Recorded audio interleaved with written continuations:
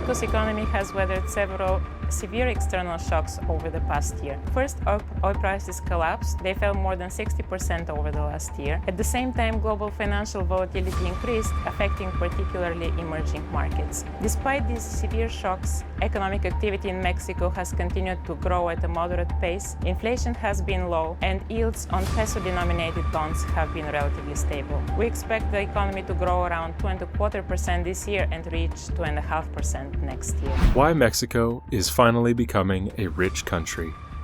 Mexico has been a major player in the global economy for, well, pretty much as long as there's been a global economy. In fact, at one time, it was the main economic center of the colonial Americas, and today it is the 15th largest economy in the world and second largest in Latin America, controlling a number of global markets. This and many more factors make the Mexican economy one of the fastest growing and one of the most complex in the world. But it wasn't always like this. So, how rich is Mexico now, and what is responsible for its growth? Let's see. A brief history of Mexico's economy. Let's start with a brief look at Mexico since the nation gained independence in 1821. Mexico came into the world deeply in debt from its independence wars and spent almost the whole century paying off loans to Spain, France, and Great Britain. At one point in the 1860s, this debt was so bad that France actually invaded Mexico. But thankfully, at the end of the century, the country managed to achieve some economic stability under President Porfirio Diaz, who industrialized Mexico City and opened the nation to foreign investors. This made the country see its first balanced budget ever in the 1890s. Unfortunately, Diaz was not universally popular, and the economic progress made in the late 19th century was largely undone by the revolution against him in 1910. But after the revolution, Mexico's presidents returned to the goal of economic growth. In the 1940s, the nation saw its first substantial growth since the revolution, and liberal economic policies began seeing positive returns. The economy grew. Then it grew some more. Then it grew some more. In fact, from 1940 to 1970, Mexico's gross economy grew at a rate of 6.5% per year, which is such an incredible amount of growth that economists still refer to it as the Mexican miracle. Of course, that much growth could not last forever. After 1970, Mexico's economic growth began to decline. So in an attempt to convince investors to keep their money in Mexico, the nation started looking more seriously at its role in global economies. In 1993, Mexico signed the North American Free Trade Agreement. This policy, which went into effect in 1994, opened up trade between Canada, the USA, and Mexico. The goal was hemispheric unity and mutual strength. Yet, it stands as one of the most controversial moves of the century. While some claim that Mexico benefited from NAFTA, others argued that NAFTA allowed the US to take advantage of Mexican industries by not paying import tariffs. But in reality, Mexico has gained tremendously from this alliance. Mexico's economic integration with the US. It is true that the global geopolitical map is experiencing its deepest reconfiguration in decades. Global trade is being rerouted, supply chains are being redesigned, and new security alliances are being forged. Yet Mexico seems to be the most aligned for progress. Mexico possesses unique advantages in this context: geographic proximity to the largest economy in the world, ample networks of free trade agreements, and a young and skilled workforce with a high number of people graduating as engineers and technicians every year. Already, Mexico has become the US's largest trading partner, with US remittances flowing into Mexico at a record USD $60 billion annually. And interestingly, this process of economic integration has more room to run in our view. Now, just consider how recent flagship US industrial policy initiatives benefit Mexico. The Inflation Reduction Act, or IRA, promotes electric vehicle production in Mexico as it grants tax credits provided that a certain percentage of a car and its battery components are sourced from a US free trade partner. Similarly, the CHIPS and Science Act encourages semiconductor production on both sides of the border. In addition, Mexico's current macroeconomic indicators paint a picture of resilience and stability. Economic activity is expanding at a steady clip as the country's central bank is able to operate independently from political pressures and is guiding inflation down via tight monetary policy. When it comes to debt, the country is also in a good place. Mexico's government debt levels are hovering around a modest 50% of GDP. And, more importantly, the vast majority of this debt is denominated in local currency and remains in the hands of domestic investors. This favorable debt structure helps mitigate economic shocks. Almost $220 billion in international reserves and a $35 billion flexible credit line with the International Monetary Fund provide further buffers against macroeconomic instability.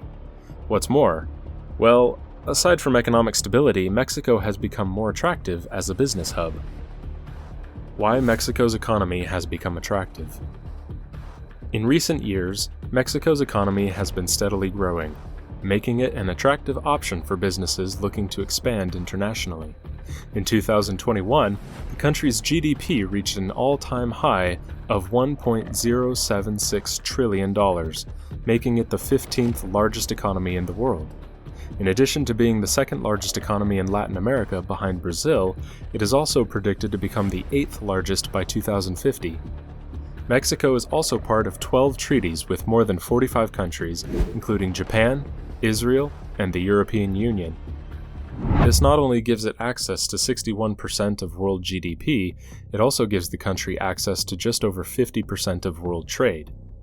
In addition to this, its strategic location and large amount of foreign direct investment have contributed to a strong and growing Mexican economy. Yet, one of the key reasons for Mexico's strong economic growth is its booming manufacturing sector. In 2018, manufacturing accounted for 26% of the country's GDP, and this sector is predicted to grow even more in the coming years.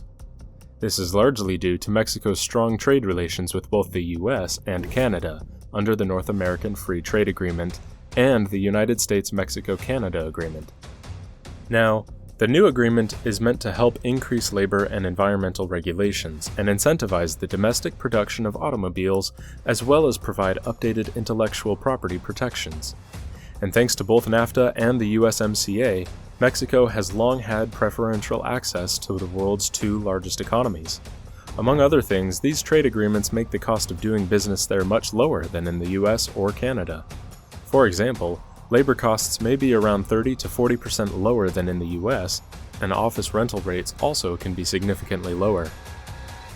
Another reason Mexico's economy is so attractive to businesses is its highly skilled and affordable workforce. With over 128 million people, Mexico is the 11th most populous country in the world, with predictions of reaching 138 million by 2030. This growth is largely due to Mexico's young and rapidly urbanizing population. Over 65% of Mexicans are under the age of 35, and over 80% live in urban areas, making the country an ideal market for businesses seeking to hire talented employees at relatively affordable rates. Mexico's economy, trade, and foreign investment. Interestingly, Mexico has two main sources of wealth: oil and tourism. These represent almost 30% of Mexico's gross domestic product, but work is being done to expand competition in natural gas distribution, electricity generation, seaports, railroads, telecommunications, and airports. Still, at the moment, Mexico's most prominent investment is in manufacturing, mining, and financial services. And within the manufacturing sector, the largest trade categories are automobiles, auto parts, and steel. Also, the Mexican government is actively seeking foreign investment and offers a number of incentives and tax breaks to businesses that set up shop in Mexico. In 2018, the government launched the Mexico Investment Program, which offers a range of benefits to businesses that invest a minimum of $20 million in the country.